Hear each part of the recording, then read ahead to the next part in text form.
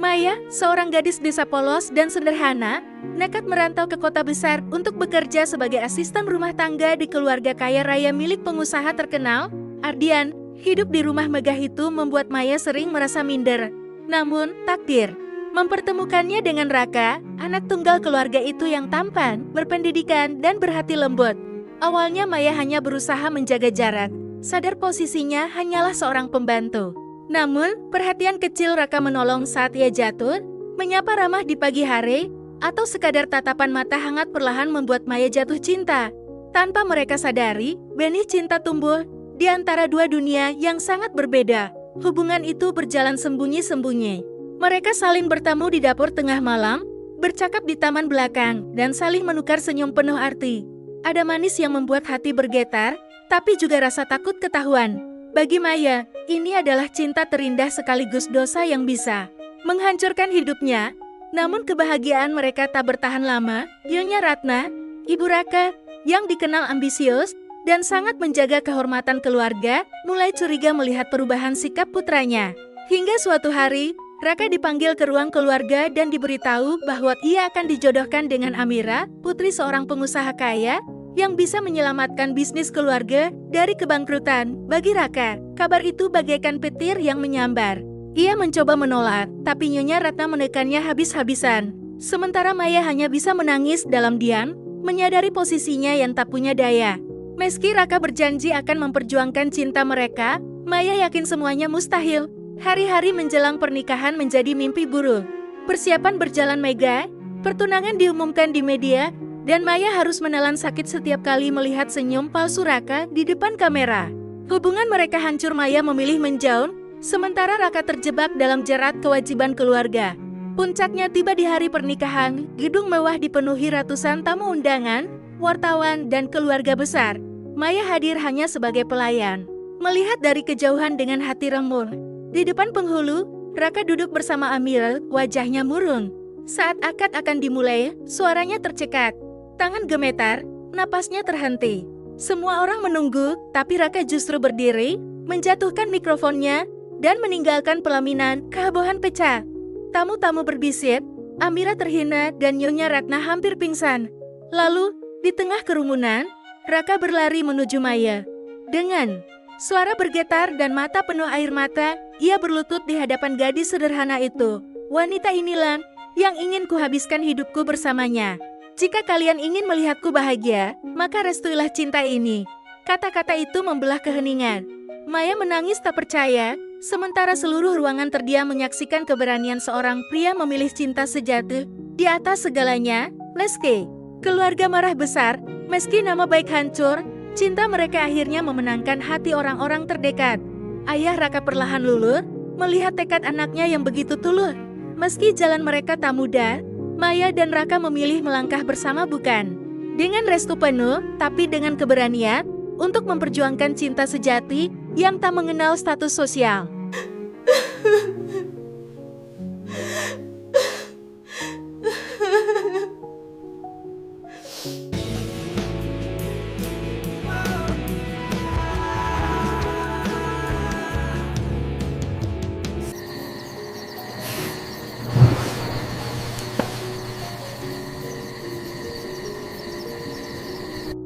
Maya menatap kagum ke arah bangunan besar bercat putih gading yang menjulang di depannya.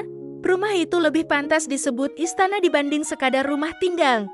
Pagar besi hitam berornamen emas terbuka otomatis, memperlihatkan halaman luas dengan taman hijau, air mancur kecil, dan deretan mobil mewah yang membuat kakinya nyaris gemetar.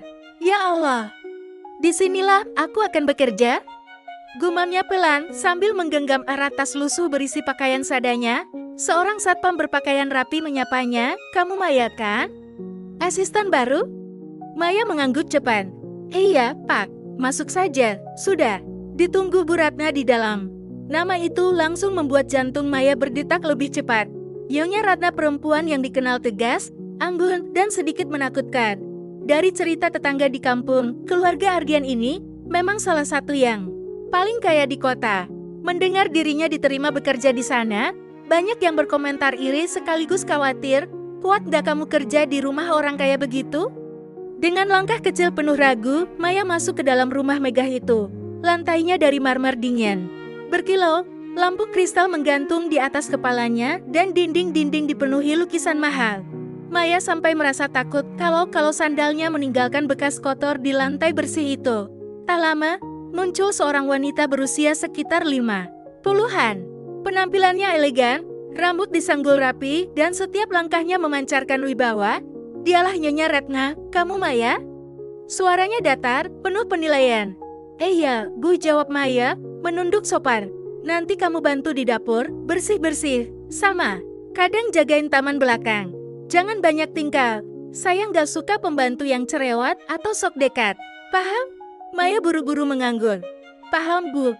Saya akan kerja baik-baik. Nyonya Ratna hanya mengangguk tipis, lalu meninggalkan Maya bersama Mbok Mina, asisten senior yang sudah lama bekerja di sana. Mbok Minahlah yang kemudian mengantar Maya ke kamarnya yang sederhana di lantai bawah, dekat dapur. Sudah biasa. Duk, ibu itu memang keras, tapi kalau kamu rajin, insya Allah nggak masalah, ujar Mbok Minah dengan suara lembut. Maya menghela napas lega. Meski hatinya masih ciut, setidaknya ada sosok baik hati yang bisa membuatnya lebih tenang. Sore harinya, Maya mulai belajar pekerjaannya, menyapu teras, membantu di dapur, dan membersihkan ruang tamu. Saat ia sedang mengelap meja panjang berkilau, pintu depan tiba-tiba terbuka. Seorang pemuda tinggi berperawakan tegap masuk, mengenakan kemeja putih sederhana. Maya langsung menghentikan gerakannya, terpaku. Pemuda itu begitu berbeda dengan gambaran yang ia bayangkan tentang anak orang kaya. Wajahnya tampan, tapi tatapannya hangat. Senyum tipisnya terukir saat melihat Maya kikuk berdiri dengan lap di tangan. Kamu asisten baru ya? Suaranya tenang, lembut. Maya tergagap. Iya, Mas. Saya Maya. Pemuda itu menganggur. Aku Raka. Nama itu terdengar sederhana, tapi bagi Maya, nadanya menggetarkan. Ada sesuatu dalam caranya menyebutkan namanya sendiri yang membuat dada Maya berdebar. Selamat datang di rumah ini, Maya. Lanjut Raka, senyumnya semakin ramah. Maya buru-buru menunduk, wajahnya panas. Terima kasih, Mas. Sejak saat itu, Maya sadar pekerjaannya di rumah besar ini tak hanya soal menyapu, mengepel, atau mencuci piring. Ada sesuatu yang berbahaya namun manis, yang mulai mengetuk hatinya, sesuatu yang seharusnya tidak pernah ia rasakan. Malamnya, saat semua penghuni rumah sudah masuk ke kamar, Maya duduk di ranjang sempitnya sambil menatap langit-langit. Ia mencoba mengusir bayangan senyum Raka dari kepalanya. Jangan bodoh, Mai. Dia majikanmu. Kamu siapa? Dia siapa? Bisiknya pada diri sendiri, namun hatinya tak bisa berbohong. Senyum itu, tatapan itu begitu hangat dan tulus. Seolah dunia yang begitu lebar ini tiba-tiba menyempit, hanya menyisakan dirinya dan Raka. Maya menggenggam tangannya erat. Ia tahu kalau perasaan ini tumbuh, hidupnya bisa hancur.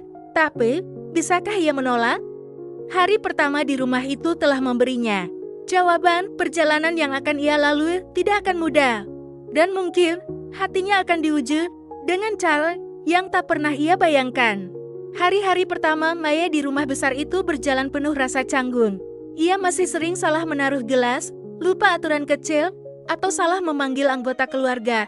Untungnya, Mbok Mina selalu sigap membantunya, menutup kekurangan Maya agar tidak dimarahi Nyonya Ratna. Namun, ada satu hal yang selalu membuat Maya gugup, kehadiran Raka. Sejak pertemuan pertama itu, setiap kali berpapasan, Raka selalu menyapa ramah. Bagi Maya, sikap itu terlalu berlebihan untuk seorang anak majikan. Biasanya anak orang kaya bersikap dingin, menjaga jarak dengan pembantu. Tapi Raka berbeda. Suatu pagi, saat Maya sedang menyiram bunga di taman belakang, Raka datang dengan segelas kopi di tangan. Ia mengenakan kaos sederhana dan celana olahraga, rambutnya sedikit berantakan karena baru selesai jogging. Pagi, Maya, sapanya sambil tersenyum. Maya buru-buru menundur. Pagi, Mas, kamu yang rawat bunga-bunga ini? Raka menatap. Sekeliling menghirup aroma segar mawar dan melati. Maya mengangguk pelan. Iya, Mas, baru belajar juga. Takutnya malah layu. Kalau caranya kayak gini, aku rasa nggak bakal layu. Lihat Den, segar semua. Maya terdiam, tidak tahu harus menjawab apa. Ia bisa merasakan wajahnya memanas. Setiap kali Raka menatapnya, rasanya seperti ada sesuatu yang menekan dadanya. Siang harinya, Maya ditugaskan membawa nampan berisi teh ke ruang kerja Tuan Ardian. Ia berjalan pelan, berusaha menjaga agar gelas tak tumpah.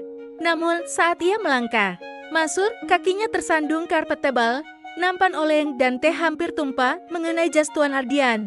Ya Allah, maaf Pak, seru Maya panik. Belum sempat Tuan Ardian marah, Raka yang kebetulan ada di sana, segera sigap menahan gelas yang hampir jatuh. Tenang, Mai, gak apa-apa, katanya lembut, menatap Maya yang wajahnya pucat. Maya menunduk dalam-dalam. Terima kasih, Mas. Maaf sekali, Tuan Ardian hanya menghela napas, tampak malas mempermasalahkan. Lain kali hati-hati, Maya mengangguk cepat, lalu bergegas keluar dengan jantung berdebar kencang.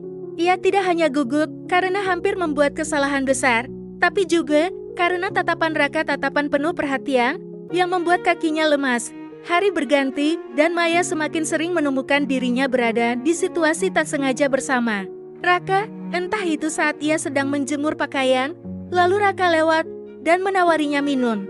Atau ketika ia sedang membersihkan rak buku, lalu Raka datang dan membantu mengembalikan buku-buku berat ke tempatnya. Sampai suatu sore, hujan turun deras. Maya sedang mengangkat jemuran di halaman belakang. Angin kencang membuat salah satu kain terbang, jatuh ke tanah berlumpur. Maya berlari kecil hendak mengambilnya, namun terpeleset Mai. Suara Raka terdengar jelas. Dalam sekejap, lengannya ditarik. Maya hampir terjatuh, tapi tubuhnya justru menabrak dada Raka. Keduanya terdiam di bawah hujan, wajah begitu dekat. Hanya ada suara air deras di sekeliling mereka. Tatapan itu, tatapan yang tak boleh terjadi. Maya buru-buru mundur, wajahnya merah padam. Maaf Mas. Raka tersenyum samar, matanya tetap menatap Maya, seakan membaca isi hatinya. Kamu gak apa-apa? Iya, gak apa-apa. Maya lalu berlari masuk ke dapur, meninggalkan Raka berdiri dalam hujan. Namun, sepanjang malam ia tak bisa tidur. Bayangan tatapan itu terus muncul di kepalanya. Ia tahu itu bukan sekadar tatapan biasa. Ada perasaan yang berusaha keluar dari balik mata teduh itu, dan semakin ia mencoba mengusirnya, semakin kuat perasaan itu bertahan. Beberapa hari kemudian, saat sarapan keluarga berlangsung, Maya berdiri di sudut ruangan bersama asisten lain, menunggu jika ada yang perlu dilayani. Dari tempatnya, ia bisa melihat Raka duduk di meja makan, berbincang dengan ayahnya. Tak sengaja, pandangan mereka bertemu. Hanya sepersekian detik, tapi cukup membuat Maya terguncang. Raka menatapnya seolah hanya ada dia di ruangan itu, lalu tersenyum kecil. Maya buru-buru menunduk, pura-pura sibuk mengatur gelas. Namun, hatinya bergetar hebat. Nyonya Ratna, yang duduk di sebelah Raka, menyipitkan mata, seolah menyadari sesuatu. Tatapannya menusuk ke arah Maya, membuat gadis itu keringat dingin. Astagfirullah. Jangan sampai ibu tahu, jangan sampai. Maya menggigit bibir. Ia tahu tatapan itu adalah dosa yang bisa menghancurkan segalanya. Tapi, bagaimana caranya menolak perasaan yang semakin hari semakin kuat? Hari-hari pertama Maya di rumah besar itu berjalan penuh rasa canggung. Ia masih sering salah menaruh gelas, lupa aturan kecil, atau salah memanggil anggota keluarga. Untungnya, Bob Minah selalu sigap membantunya, menutup kekurangan Maya agar tidak dimarahi Nyonya Ratna. Namun, ada satu hal yang selalu membuat Maya gugup, kehadiran Raka. Sejak pertemuan pertama itu, setiap kali berpapasan, Raka selalu menyapa ramah. Bagi Maya, sikap itu terlalu berlebihan untuk seorang anak majikan. Biasanya anak orang kaya bersikap dingin, menjaga jarak dengan pembantu. Tapi Raka berbeda. Suatu pagi, saat Maya sedang menyiram bunga di taman belakang, Raka datang dengan segelas kopi di tangan. Ia mengenakan kaos sederhana dan celana olahraga, rambutnya sedikit berantakan karena baru selesai jogging. Pagi, Maya, sapanya sambil tersenyum. Maya buru-buru menundur. Pagi, Mas. Kamu yang rawat bunga-bunga ini? Raka menatap. Sekeliling menghirup aroma segar mawar dan melati. Maya mengangguk pelan. Iya, Mas. Baru belajar juga. Takutnya malah layu. Kalau caranya kayak gini, aku rasa nggak bakal layu. Lihat Den, segar semua. Maya terdiam, tidak tahu harus menjawab apa. Ia bisa merasakan wajahnya memanas. Setiap kali Raka menatapnya, rasanya seperti ada sesuatu yang menekan dadanya. Siang harinya, Maya ditugaskan membawa nampan berisi teh ke ruang kerja Tuan Ardian. Ia berjalan pelan, berusaha menjaga agar gelas tak tumpah. Namun, saat ia melangkah, Masur, kakinya tersandung karpet tebal, nampan oleng dan teh hampir tumpah mengenai jas Tuan Ardian. Ya Allah, maaf Pak, seru Maya panik. Belum sempat Tuan Ardian marah. Raka yang kebetulan ada di sana, segera sigap menahan gelas yang hampir jatuh. Tenang, Mai, gak apa-apa, katanya lembut, menatap Maya yang wajahnya pucat. Maya menunduk dalam-dalam. Terima kasih, Mas. Maaf sekali, Tuan Ardian hanya menghela napas, tampak malas mempermasalahkan. Lain kali hati-hati, Maya mengangguk cepat, lalu bergegas keluar dengan jantung berdebar kencang. Ia tidak hanya gugup karena hampir membuat kesalahan besar, tapi juga karena tatapan Raka, tatapan penuh perhatian, yang membuat kakinya lemas. Hari berganti, dan Maya semakin sering menemukan dirinya berada di situasi tak sengaja bersama Raka, entah itu saat ia sedang menjemur pakaian, lalu Raka lewat dan menawarinya minum. Atau ketika ia sedang membersihkan rak buku, lalu Raka datang dan membantu mengembalikan buku-buku berat ke tempatnya. Sampai suatu sore, hujan turun deras. Maya sedang mengangkat jemuran di halaman belakang. Angin kencang membuat salah satu kain terbang, jatuh ke tanah berlumpur. Maya berlari kecil hendak mengambilnya, namun terpeleset, Mai. Suara Raka terdengar jelas. Dalam sekejap, lengannya ditarik. Maya hampir terjatuh, tapi tubuhnya justru menabrak dada Raka. Keduanya terdiam di bawah hujan, wajah begitu dekat. Hanya ada suara air deras di sekeliling mereka. Tatapan itu, tatapan yang tak boleh terjadi. Maya buru-buru mundur, wajahnya merah padam. Maaf Mas. Raka tersenyum samar, matanya tetap menatap Maya, seakan membaca isi hatinya. Kamu gak apa-apa? Iya, gak apa-apa. Maya lalu berlari masuk ke dapur, meninggalkan Raka berdiri dalam hujan. Namun, sepanjang malam ia tak bisa tidur. Bayangan tatapan itu terus muncul di kepalanya. Ia tahu itu bukan sekadar tatapan biasa. Ada perasaan yang berusaha keluar dari balik mata teduh itu, dan semakin ia mencoba mengusirnya, semakin kuat perasaan itu bertahan. Beberapa hari kemudian, saat sarapan keluarga berlangsung, Maya berdiri di sudut ruangan bersama asisten lain, menunggu jika ada yang perlu dilayani. Dari tempatnya, ia bisa melihat Raka duduk di meja makan, berbincang dengan ayahnya. Tak sengaja pandangan mereka bertemu. Hanya sepersekian detik, tapi cukup membuat Maya terguncang. Raka menatapnya seolah hanya ada dia di ruangan itu, lalu tersenyum. Kecil, Maya buru-buru menunduk, pura-pura sibuk mengatur gelas. Namun, hatinya bergetar hebat. Nyonya Ratna, yang duduk di sebelah Raka menyipitkan mata, seolah menyadari sesuatu. Tatapannya menusuk ke arah Maya, membuat gadis itu keringat dingin. Hari-hari di rumah itu terasa berbeda bagi Maya. Ia mulai terbiasa dengan pekerjaan, hafal kebiasaan keluarga, bahkan bisa menebak apa yang akan diminta Nyonya Ratna sebelum beliau bicara. Tapi ada satu hal yang tak bisa ia kendalikan, hatinya sendiri. Sejak kejadian di taman belakang waktu hujan, Maya tahu ada sesuatu yang tak biasa antara dirinya dan Raka. Tatapan itu selalu menghantuinya. Senyum kecil yang diberikan Raka, sapaan lembutnya, bahkan caranya memperlakukan Maya dengan hormat, semua itu bagaikan jebakan manis yang membuat Maya semakin sulit menjaga jarak. Suatu malam, ketika Maya sedang mencuci piring di dapur, Raka tiba-tiba muncul. Ia mengenakan piyama sederhana, rambut sedikit berantakan, membuatnya terlihat lebih manusiawi dibanding sosok anak majikan yang selalu Maya bayangkan. Kamu belum tidur? Tanya Raka sambil membuka kulkas. Belum, Mas. Ini baru selesai. Cuci piring. Raka mengeluarkan botol air dan meneguknya. Kerjamu berat ya, Mai? Maya tertegun sejenak sebelum menjawab. Enggak, Mas. Sudah biasa. Dari kecil juga sering bantu ibu di rumah. Raka menatapnya lama, lalu tersenyum samar. Kamu beda dari yang lain. Maya buru-buru menunduk. Maksudnya, Mas? Entah, kamu sederhana, tapi setiap kali aku lihat kamu, rasanya rumah ini jadi lebih hangat. Maya langsung salah tingkah. Ia hanya bisa berpura-pura sibuk dengan piring, padahal pipinya memerah hebat. Kata-kata itu menusuk lembut ke dalam hatinya, membuatnya ingin sekali percaya. Tapi juga takut. Hari-hari setelah itu, kebersamaan kecil mereka semakin sering terjadi. Raka suka menyelinap ke dapur larut malam hanya untuk berbincang sebentar. Kadang mereka duduk di taman belakang, membicarakan hal-hal remeh tentang bunga yang mekar, tentang hujan yang turun, bahkan tentang masa kecil mereka.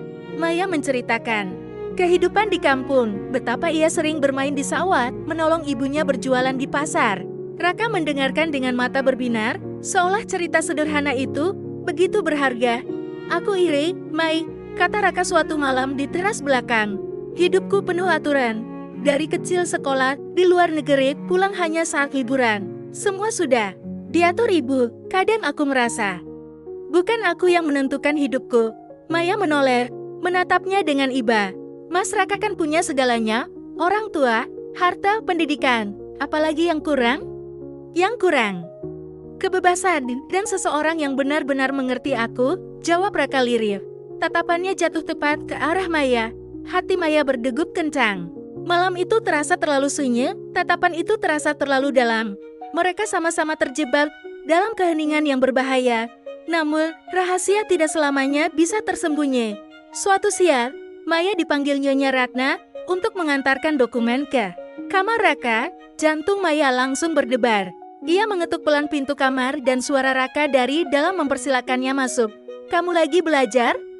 Maya melangkah masuk, melihat meja Raka penuh buku dan laptop. Iya, Mai. Ada proyek kerjaan, jawab Raka sambil tersenyum. Taruh aja di meja. Maya meletakkan dokumen itu, tapi saat hendak pergi, Raka menahannya. Tunggu sebentar, kamu capek gak kerja di sini?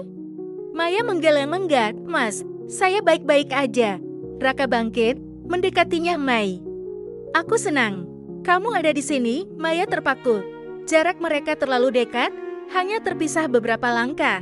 Maya bisa merasakan aroma sabu dari tubuh Raka, bisa melihat jelas tatapan matanya yang tulus. Namun, sebelum kata-kata lain terucap, pintu kamar tiba-tiba diketuk keras. Raka, ibu mau bicara. Suara Nyonya Ratna terdengar. Maya langsung panik. Ia buru-buru mundur, hampir menjatuhkan vas bunga di dekat pintu. Dengan napas terengah, ia berlari keluar lewat pintu belakang kamar yang terhubung ke balkon kecil sebelum Nyonya Ratna masuk. Begitu pintu terbuka, Nyonya Ratna masuk dengan tatapan curiga. Kamu sendiri, kan? Tanyanya, matanya menyapu. Seisi kamar dia, Bu, jawab Raka tenang, meski jantungnya berdegup. Nyonya Ratna mendekati meja, menatap dokumen, lalu mengalihkan pandangan ke anaknya. Jaga sikapmu. Jangan macam-macam dengan orang di rumah ini. Ingat siapa dirimu. Raka hanya mengangguk, berusaha menyembunyikan kegelisahannya. Sementara di luar kamar, Maya bersandar di dinding, kakinya gemetar. Dadanya sesak oleh rasa takut-takut. Ketahuan, takut diusir, takut segalanya hancur. Tapi di balik semua ketakutan itu, ada sesuatu yang lebih kuat. Rasa hangat. Rasa yang tak bisa ia pungkiri lagi. Hubungan mereka bukan lagi sekadar majikan dan pembantu. Ada rahasia di balik tirai kamar itu, rahasia yang semakin hari semakin sulit untuk disembunyikan. Astagfirullah. Jangan sampai ibu tahu, jangan sampai. Maya menggigit bibir. Ia tahu tatapan itu adalah dosa yang bisa menghancurkan segalanya. Tapi, bagaimana caranya menolak perasaan yang semakin hari semakin kuat? Pagi itu, suasana rumah keluarga Ardian terasa lebih tegang dari biasanya. Nyonya Ratna duduk di ruang keluarga dengan wajah serius, sementara Tuan Ardian membaca koran tanpa banyak bicara. Maya yang sedang membersihkan vas bunga di pojok ruangan bisa merasakan hawa berbeda, seolah ada badai yang akan segera datang. Tak lama kemudian, Raka turun dari tangga. Ia baru saja selesai mandi, rambutnya masih basah, kemeja putihnya rapi. Namun, begitu melihat wajah ibunya, ia langsung tahu ada sesuatu yang penting. Raka, duduk sebentar. Ibu mau bicara. Nada suara Nyonya Ratna tak memberi ruang untuk menolak. Raka duduk, menatap ibunya dengan sedikit curiga. Ada apa, Bu? Nyonya Ratna menatapnya lama, lalu berkata dengan mantap, minggu depan, kamu akan bertemu Amira, putri Pak Surya. Keluarga kita sudah sepakat. Kamu akan dijodohkan dengannya. Kalimat itu membuat Raka terdiam. Maya yang mendengar dari sudut ruangan nyaris menjatuhkan vas bunga di tangannya. Jantungnya berdetak kencang, wajahnya memanas, tapi ia berusaha tetap tenang dan menunduk. Bu, apa maksudnya? Kenapa mendadak begini? Tanya Raka, suaranya mulai meninggi. Nyonya Ratna bersedikap, tatapannya tajam. Kamu tahu kondisi perusahaan sekarang, bisnis ayahmu sedang goyah. Pak Surya menawarkan bantuan, tapi dengan syarat, kamu menikahi anaknya. Ini kesempatan besar, Raka, bukan hanya untuk menyelamatkan perusahaan, tapi juga untuk masa depanmu sendiri. Jadi, aku harus menikah bukan karena cinta, tapi karena uang? Karena perusahaan? Raka berdiri, nadanya penuh amarah. Tuan Ardian yang sedari tadi diam, akhirnya ikut bicara. Raka, inilah dunia nyata. Terkadang kita harus mengorbankan sesuatu demi keluarga. Kamu anak laki-laki satu-satunya, masa depan keluarga ini ada di tanganmu. Raka mengepalkan tangan, tapi aku nggak mencintai Amira. Aku bahkan hampir nggak kenal dia. Cinta bisa tumbuh setelah menikah, potong Nyonya Ratna dingin. Kamu terlalu naif, Raka. Hidup ini nggak semudah dongeng yang kamu bayangkan. Raka terdiam, dadanya naik turun menahan emosi. Ia menoleh sekilas dan tanpa sengaja pandangannya bertemu dengan Maya yang berdiri pucat di sudut ruangan. Hanya sebentar, tapi cukup untuk membuatnya semakin marah. Malamnya, Raka mengetuk pintu kamar Maya. Gadis itu baru saja selesai melipat pakaian dan kaget melihat Raka berdiri di depan pintu dengan wajah kusut. Mas, ada apa? Kalau ibu tahu, aku nggak peduli. Potong Raka, suaranya serak. Maya terdiam, bingung harus berkata apa. Raka melangkah masuk, menutup pintu pelan. Mereka mau menjodohkan aku dengan Amira. Kamu tahu siapa dia? Anak pengusaha kaya, cantik, pintar, semua orang menganggap dia sempurna. Tapi aku nggak mencintainya, Mai. Hatiku cuma untuk kamu. Maya menatapnya dengan mata berkaca-kaca. Mas, jangan bicara begitu. Aku cuma pembantu di rumah ini. Mana mungkin ibu restu? Mana mungkin keluarga mas terima aku? Aku nggak peduli restu atau tidak. Aku nggak peduli bisnis keluarga. Aku cuma peduli sama kamu. Suara Raka bergetar. Air mata Maya jatuh tanpa bisa ditahan. Ia ingin sekali percaya kata-kata itu. Ingin sekali berlari ke dalam pelukan Raka. Tapi logikanya terus berteriak, ini semua salah. Ini semua hanya akan menyakiti mereka berdua. Mas, tolong. Jangan buat semuanya makin sulit. Lebih baik mas nurut sama ibu. Aku kuat kok. Aku bisa tahan. Raka menatap Maya dengan marah bercampur sedih. Kenapa kamu ngomong gitu? Kamu pikir aku bisa hidup tanpa kamu? Maya menggigit bibir, menahan isan. Kalau mas benar-benar sayang sama aku, lepaskan aku. Jangan bikin aku jadi beban. Raka terdiam. Kata-kata itu seperti pisau yang menancap di dadanya. Ia ingin membantah, ingin meyakinkan Maya bahwa cinta mereka bisa melawan segalanya. Tapi untuk pertama kalinya dalam hidupnya, ia merasa benar-benar tak berdaya. Hari-hari berikutnya berubah menjadi neraka bagi Maya. Persiapan pertemuan keluarga Raka dan keluarga Amira berjalan cepat. Rumah mulai ramai dengan dekorasi kecil-kecilan, undangan makan malam dicetak, dan nama Amira sering disebut-sebut. Maya hanya bisa mendengar dari jauh sambil menahan perih di dadanya. Setiap kali ia melihat Raka duduk bersama ibunya membicarakan acara itu, hatinya seperti direma. Tapi ia tak bisa berbuat apa-apa. Ia hanyalah seorang pembantu yang tak punya hak bersuara. Di malam-malam sepi, Maya hanya bisa menangis diam-diam di kamarnya. Ia tahu perasaannya pada Raka adalah dosa besar yang tak pernah boleh tumbuh. Dan kini, cinta terlarang itu sebentar lagi akan benar-benar hilang direnggut paksa oleh dunia yang tak pernah berpihak pada orang sepertinya. Hari itu rumah keluarga Ardian dipenuhi cahaya lampu dan suara riuh. Para tamu penting berdatangan dengan mobil-mobil mewah, sebagian besar kolega bisnis dan kerabat dekat. Di ruang tengah, meja dipenuhi bunga segar, lilin kristal, dan hidangan mewah yang membuat rumah seperti istana. Maya berdiri di sudut ruangan dengan seragam pembantu rapi. Tangannya sibuk menuang minuman ke gelas tamu, tapi hatinya hancur berkeping-keping. Hari ini adalah hari pengumuman resmi pertunangan Raka dengan Amira. Jantung Maya seakan berhenti ketika melihat Amira datang. Gadis itu cantik sekali dengan gaun pastel yang elegan, rambut panjangnya ditata indah, dan senyum manis yang memikat semua mata. Di sampingnya, Pak Surya, pengusaha kaya raya, berbincang hangat dengan Tuan Ardian. Semua orang tampak bahagia. Semua kecuali Maya dan Raka. Raka berdiri kaku di samping ibunya. Jas hitam melekat sempurna di tubuhnya, wajahnya tampan, namun tatapannya kosong. Sesekali ia melirik Maya dari jauh. Pandangan mereka bertemu sebentar cukup lama untuk saling mengerti. Keduanya sedang tersiksa saudara-saudara. Suara Nyonya Ratna menggema. Dengan bahagia, keluarga kami mengumumkan bahwa putra kami, Raka Ardian, akan bertunangan dengan Amira. putri dari Bapak Surya. Tepuk tangan meriah terdengar. Senyum, tawa, ucapan selamat. Amira menggandeng tangan Raka dengan manja, sementara kilatan kamera menyorot mereka. Maya menunduk, menahan air mata, agar tidak jatuh di depan tamu, tapi hatinya terasa seperti disayat. Ia ingin sekali berlari keluar, kabur sejauh mungkin, dari kenyataan yang menyakitkan ini. Malam semakin larut. Acara berakhir, para tamu satu persatu pamit. Rumah kembali sepi, hanya tersisa keluarga inti dan para pekerja yang membereskan ruangan.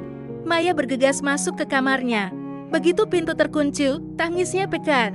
Ia duduk di tepi ranjang, memeluk lutut, bahunya terguncang hebat. Kenapa harus aku, Tuhan? Kenapa harus jatuh cinta sama dia? Kenapa harus sesakit ini? Gumamnya di sela Isam. Hatinya sudah bulat, ia tak bisa lagi bertahan di rumah ini. Ia harus pergi sebelum cintanya benar-benar membunuhnya dari dalam. Keesokan harinya, Maya diam-diam mengemas pakaiannya ke dalam tas besar. Ia sengaja menunggu rumah sepi saat Nyonya Ratna dan Tuan Ardian sibuk di luar. Tapi nasib berkata lain. Pintu kamarnya terbuka dan di sana berdiri Raka. Maya, kamu mau kemana? Suaranya pelan, tapi syarat dengan ketegangan. Maya kaget, wajahnya pucat. Maaf, mas aku. Ia tergagap, mencoba menyembunyikan tas di belakang tubuhnya. Raka melangkah masuk, menutup pintu pelan. Tatapannya tajam, tapi penuh luka. Kamu mau ninggalin aku, iya? Maya menundun, air matanya kembali menggenang. Aku nggak kuat lagi, mas. Setiap hari lihat mas sama Nona Amira, rasanya kayak dada aku diremas. Aku cuma pembantu, mas. Aku nggak pantas ada di sini. Jangan bilang gitu, Mai. Suara Raka meninggi, matanya merah. Aku butuh kamu. Aku nggak bisa kalau kamu pergi. Maya menggeleng cepat. Mas harusnya mikirin keluarga, bukan aku. Mereka semua berharap sama mas. Perusahaan itu. Masa depan mas. Jangan hancurkan semuanya cuma gara-gara aku. Raka meraih tangan Maya, menggenggamnya erat. Aku nggak peduli. Perusahaan, nggak peduli harta, nggak peduli restu. Yang aku peduli cuma kamu. Aku rela kehilangan semuanya, asal jangan kamu. Maya terisak, tubuhnya gemetar. Bagian dirinya ingin sekali percaya, ingin sekali lari ke pelukan pria yang dicintainya. Tapi sisi lain berteriak bahwa mereka sedang bermain api dan api itu akan membakar habis segalanya. Mas, tolong jangan bikin aku lebih sakit kalau. Mas sayang sama aku, biarkan aku pergi, bisiknya, nyaris tak terdengar. Raka menatapnya lama, seolah kata-kata Maya adalah hukuman paling kejam. Ia ingin menahan, ingin memaksa Maya tetap di sisinya. Tapi tatapan penuh air mata itu membuatnya lumpuh. Akhirnya, Raka hanya bisa berbisik pelan, suaranya bergetar, aku nggak akan berhenti memperjuangkan kamu, Mai. Sekalipun kamu pergi, hatiku nggak akan pernah berubah. Maya menangis semakin keras. Ia tahu kata-kata itu tulus, tapi justru itulah yang membuatnya semakin hancur. Malam itu, Maya tidak jadi pergi. Tapi tidurnya gelisah, penuh air mata. Sementara di kamar lain, Raka duduk termenung di tepi ranjang, menatap kosong keluar jendela. Keduanya sama-sama tersiksa, sama-sama mencintai, tapi juga sama-sama terjebak dalam tembok tinggi bernama status dan restu keluarga. Dan perlahan, keduanya mulai menyadari badai yang lebih besar sedang menanti di depan. Hari-hari setelah pesta pertunangan itu menjadi neraka bagi Mayang. Setiap kali ia melintas di ruang tamu, selalu ada telepon atau kunjungan dari keluarga Amira. Nyonya Ratna begitu bersemangat membicarakan detail pernikahan, gaun pengantin, gedung, megah, undangan, bahkan bulan madu ke Eropa. Bagi Maya, semua itu seperti pisau yang menusuk hati berulang kali. Ia harus tetap bekerja, tetap tersenyum melayani, seolah-olah hidupnya baik-baik saja. Padahal setiap kali melihat Raka dan Amira duduk berdampingan, ia hampir tak bisa bernapas. Suatu sore, Maya sedang menyapu taman belakang ketika Nyonya Ratna tiba-tiba menghampirinya. Wajah sang Nyonya serius, tatapannya dingin menusuk. Maya, ya? Bu? Maya menunduk sopan, menyembunyikan rasa gugupnya. Aku tahu hubunganmu dengan Raka. Suara Nyonya Ratna tegas, tanpa basa-basi. Maya kaget, sapu di tangannya, hampir terlepas. Saya nggak ngerti maksud ibu. Jangan pura-pura. Bodor, potongnya tajam. Aku lihat cara kalian saling menatap. Kamu pikir aku buta? Kamu cuma pembantu, Maya. Jangan berani bermimpi yang bukan-bukan. Air mata Maya menggenang, tapi ia mencoba tegar. Maaf Bu. Saya nggak pernah bermaksud kurang ajar.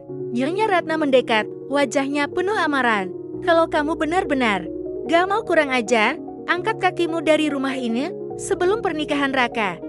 Aku nggak mau ada drama murahan gara-gara seorang gadis miskin. Ucapan itu menusuk lebih dalam dari apapun. Maya hanya bisa menunduk, tubuhnya gemetar.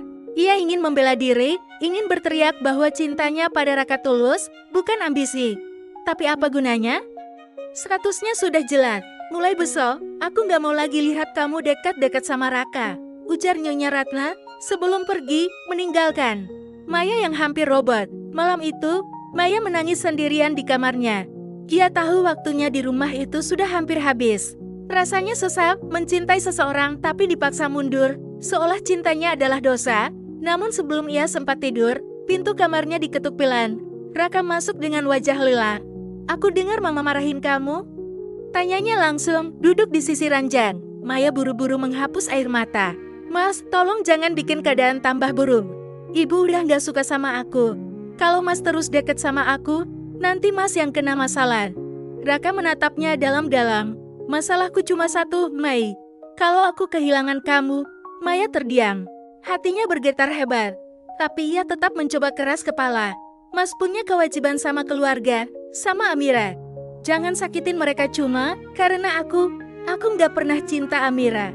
Raka akhirnya meninggikan suara. Aku dijebak keadaan, Mai. Semua ini cuma permainan bisnis. Mereka nggak peduli hatiku, cuma kamu yang peduli. Maya menggigit bibir, menahan tangis. Ia tahu kata-kata itu benar. Tapi justru karena itulah ia merasa bersalah. Ia seakan menjadi alasan Raka melawan keluarganya, Mas. Maya berbisik pelan, cinta aja enggan, cukup buat bikin kita bahagia. Ucapan itu membuat Raka terdiam lama, di wajahnya jelas terlihat luka. Ia ingin melawan, ingin berteriak, tapi tak ada kata yang keluar. Akhirnya, ia hanya bisa meraih tangan Maya, menggenggamnya erat sekali, seolah tak mau dilepas. Aku nggak peduli apapun kata orang, Mei. Kalau perlu, aku bakal lawan seluruh dunia. Asal aku sama kamu. Maya menangis, air matanya jatuh deras. Ia tahu kata-kata itu tulus. Tapi ia juga tahu di luar sana ada tembok besar bernama keluarga. Status dan kewajiban yang siap menghancurkan mereka kapan saja. Keesokan harinya, rumah semakin ramai dengan persiapan pernikahan. Undangan mulai dicetak, fitting baju dilakukan, bahkan wartawan gosip sudah mencium kabar bahagia itu. Maya berjalan di antara semua hiruk-pikuk itu dengan hati remuk.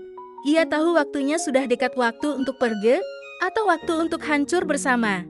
Cintanya di kejauhan, Raka berdiri di balkon lantai 2, menatap Maya yang sibuk membawa nampan.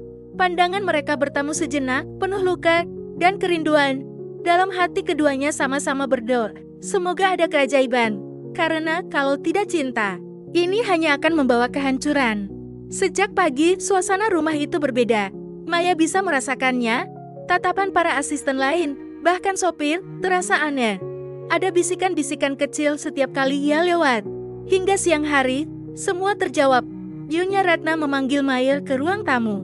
Di sana sudah ada sebuah koper kecil, lengkap dengan pakaian Maya yang dilipat rapi.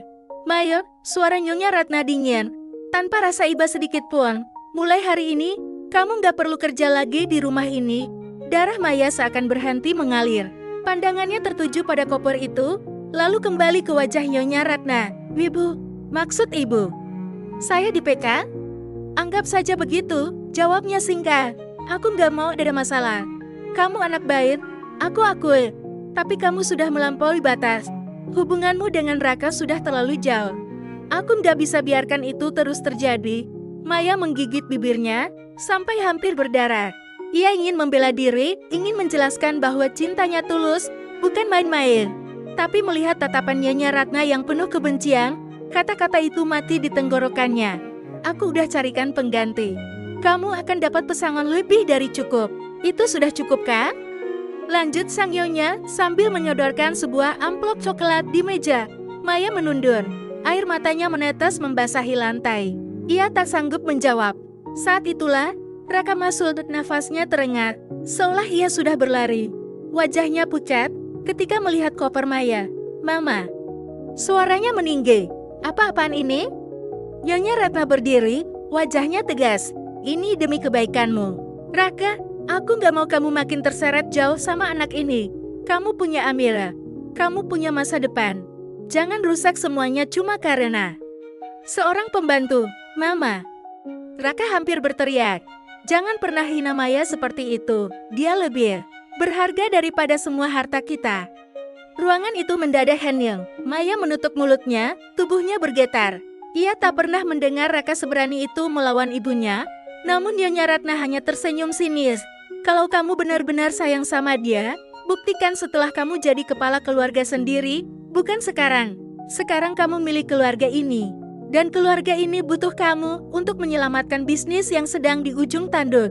Raka menatap ibunya dengan marah, lalu berpaling ke Maya. Mai, ayo kita pergi. Sekarang juga. Maya terperanjat. Mas, jangan gila. Aku gak mau bikin Mas hancur gara-gara aku. Aku gak peduli, Mai. Raka menggenggam tangannya erat. Aku cuma peduli sama kamu. Nyonya Ratna mendengus keras. Kalau kamu keluar dari rumah ini bersama dia, Raka, jangan pernah kembali. Anggap aku bukan ibumu lagi. Kalimat itu menghantam seperti palu besar. Raka terdiam, tangannya masih menggenggam Maya, tapi tubuhnya gemetar. Maya melihat wajah lelaki itu penuh dilema. Antara cinta dan darah, antara kebebasan dan ikatan. Perlahan, Maya melepaskan genggaman itu. Mas. Suaranya lirih, hampir tak terdengar. Jangan lawan ibumu. Aku gak sanggup lihat Mas harus milih aku dengan harga segitu. Mai, jangan ngomong begitu. Aku gak bisa tanpa kamu. Raka berlutut, menatap Maya dengan mata memerah. Maya menangis, tangannya membelai wajah pria itu. Aku juga gak bisa tanpa Mas. Tapi, kalau aku terus ada di sini, kita berdua cuma akan terluka. Lebih baik aku yang pergi. Raka menggeleng keras, tapi Maya sudah melangkah mundur. Ia meraih koper kecil itu dengan tangan gemetar. Maaf, Mas, kalau aku pengecut, maaf. Kalau aku nggak bisa sekuat yang Mas mau. Dengan langkah berat, Maya berjalan keluar. Raka berusaha mengejar, tapi Nyonya Ratna menahan lengannya. Biarkan dia pergi, Raka. Kalau dia benar-benar cinta, dia akan menghilang demi kebaikanmu. Suara pintu utama tertutup terdengar begitu keras, seperti palu godam yang memecah hati Raka. Ia terjatuh di lantai, tangisnya pecah tanpa bisa ditahan. Malam itu, Maya duduk sendirian di kamar kos kecil yang baru ia sewa. Dari jendela sempit, ia bisa melihat lampu kota berkelap-kelip. Tapi hatinya gelap, kosong, dingin. Ia memeluk koper kecilnya, menangis hingga matanya bengkak. Hanya ada satu pikiran yang terus berulang di kepalanya, apakah aku sudah melakukan yang benar? Atau aku baru saja menghancurkan cinta sejatiku sendiri? Hari itu datang juga, hari yang paling ditakuti Maya. Hari di mana Raka akan menikah dengan Amira. Sejak pagi, televisi dan media sosial ramai menyiarkan pesta megah keluarga besar itu. Gedung pernikahan mewah di pusat kota dipenuhi ratusan tamu. Penting, pengusaha, pejabat, selebriti, semua datang untuk menyaksikan penyatuan dua keluarga kaya raya. Maya hanya bisa menonton dari kejauhan di kamar kosnya yang sederhana. Tangannya gemetar saat melihat wajah Raka di layar TV gagah dalam jas pengantin putih, berdiri di samping Amira yang cantik mengenakan gaun mewah. Mereka tampak serasi, tapi Maya tahu di balik senyum tipis Raka ada luka yang dalam. Mas. Maya berbisik sambil menyeka air mata. Semoga Mas bahagia. Meskipun bukan sama aku. Sementara itu di gedung pernikahan, Raka berdiri dengan wajah pucat. Jantungnya berdetak tak karuan. Semua orang menatapnya, menunggu momen sakral itu. Amira duduk di sampingnya, tersenyum manis, seolah semuanya sempurna. Namun dalam hati Raka, semua berantakan. Ia hanya bisa mendengar satu nama yang terus memanggil, Maya. Penghulu mulai membacakan akad nikah. Mikrofon disodorkan ke Raka. Saat itu, waktu seolah berhenti. Baiklah, Raka Pratama. Suara penghulu lantang. Apakah kamu bersedia menerima Amira Putri sebagai istrimu dengan mahar tersebut? Semua orang menahan napas. Kamera televisi menyorot wajah Raka. Raka menunduk, tangannya gemetar di atas meja akad. Ia membuka mulut, tapi suara tercekat. Wajah ibunya yang duduk di depan panggung, penuh harap dan senyum tegang. Wajah ayah Amira yang dingin, menatap penuh wibawa. Dan wajah Mayang yang antar, mengapa tiba-tiba hadir jelas di benaknya. menangis dengan koper kecil di tangan. Air mata Raka mulai jatuh. Ia tak sanggup. Tiba-tiba, ia berdiri. Kursi bergeser dengan keras, membuat semua tamu terkejut. Maaf. Maafkan aku. Suaranya pecah. Semua orang terdiam. Amira menatapnya tak percaya. Nyonya Ratna memucat, sementara bisik-bisik mulai terdengar. Di seluruh ruangan, Raka menoleh ke arah ratusan tamu yang terperangah, lalu berkata dengan suara bergetar, "Aku nggak bisa. Aku nggak bisa nikah sama Amira. Aku nggak bisa berpura-pura bahagia." Seketika ruangan gempar. Beberapa tamu berdiri, sebagian menutup mulut, tak percaya dengan drama yang sedang terjadi di depan mereka. Nyonya Ratna buru-buru berdiri. "Raka, apa yang kamu lakukan? Duduk. Selesaikan akadmu sekarang juga." Namun Raka menggeleng, air matanya mengalir deras. Maaf, aku tahu mama kecewa, tapi aku nggak bisa hidup dalam kebohongan. Hatiku bukan untuk Amira. Untuk siapa? Bentak ibunya. Semua mata tertuju pada Raka, dan di saat itulah, langkah Raka tiba-tiba berlari meninggalkan pelaminan. Semua orang panik, kamera televisi bahkan mengejarnya. Raka menembus kerumunan tamu, berlari ke arah pintu besar gedung. Nafasnya memburi, keringat bercucuran, tapi hatinya mantap. Ia hanya tahu satu hal, ia harus menemukan Maya. Di luar gedung, Maya berdiri. Ia tak tahu kenapa dirinya bisa sampai di sana. Hatinya sendiri yang membawanya. Ia ingin melihat dari jauh, untuk terakhir kalinya, meski itu menyakitkan. Namun yang ia lihat, justru membuatnya terpaku. Raka berlari keluar, jas pengantinnya berantakan, wajahnya basah oleh air mata. "Maya!" Raka berteriak, suaranya nyaring, membuat semua orang yang ada di luar gedung menoleh. Maya mundur satu langkah, tubuhnya gemetar. "Mas, kenapa?" Raka langsung berlutut di hadapan Maya, di depan puluhan tamu yang berhamburan keluar karena penasaran. Kamera televisi juga menyorot mereka tanpa ampun. Suara Raka bergetar, penuh air mata. Wanita inilah yang pengen aku habiskan hidupku bersamanya, bukan yang lain. Aku nggak peduli status, aku nggak peduli harta, aku cuma peduli kamu." Seisi ruangan luar gedung itu terdiam. Beberapa tamu menutup mulut, sebagian lagi menatap tak percaya. Bahkan Amira yang baru keluar, hanya bisa mematung, matanya berkaca-kaca, sementara Nyonya Ratna jatuh terduduk, hampir pingsan, karena malu. Maya menutup mulutnya dengan kedua tangan, air matanya mengalir deras.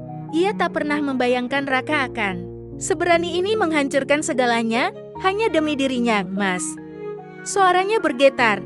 Jangan lakuin ini, semua orang lihat. Biar semua orang lihat, Mai." Raka berseru, matanya menatap Maya dengan penuh cinta. "Biar dunia tahu, aku milih kamu. Kalau mereka nggak restu, biar aku lawan dunia ini sendirian. Tapi jangan tinggalin aku lagi, tolong." Maya menangis, tubuhnya gemetar, tangannya terulur, menyentuh wajah pria yang kini berlutut di hadapannya. "Mas," bisiknya lirih, Aku juga nggak sanggup hidup tanpa Mas." Saat itu juga, Raka bangkit dan memeluk Maya erat di depan semua orang. Suara tangis, teriakan, bahkan kamera-kamera yang terus menyorot, tak lagi penting. Yang penting hanya satu, mereka akhirnya memilih cinta mereka sendiri. Hari itu, pesta pernikahan mewah berubah jadi drama paling heboh yang tak akan pernah dilupakan. Banyak orang, keluarga terpukul, reputasi hancur, tapi dua hati yang lama terkekang akhirnya merdeka, dan untuk pertama kalinya, Maya percaya cinta yang tulus memang pantas diperjuangkan, meski harus melawan seluruh dunia. Tamat.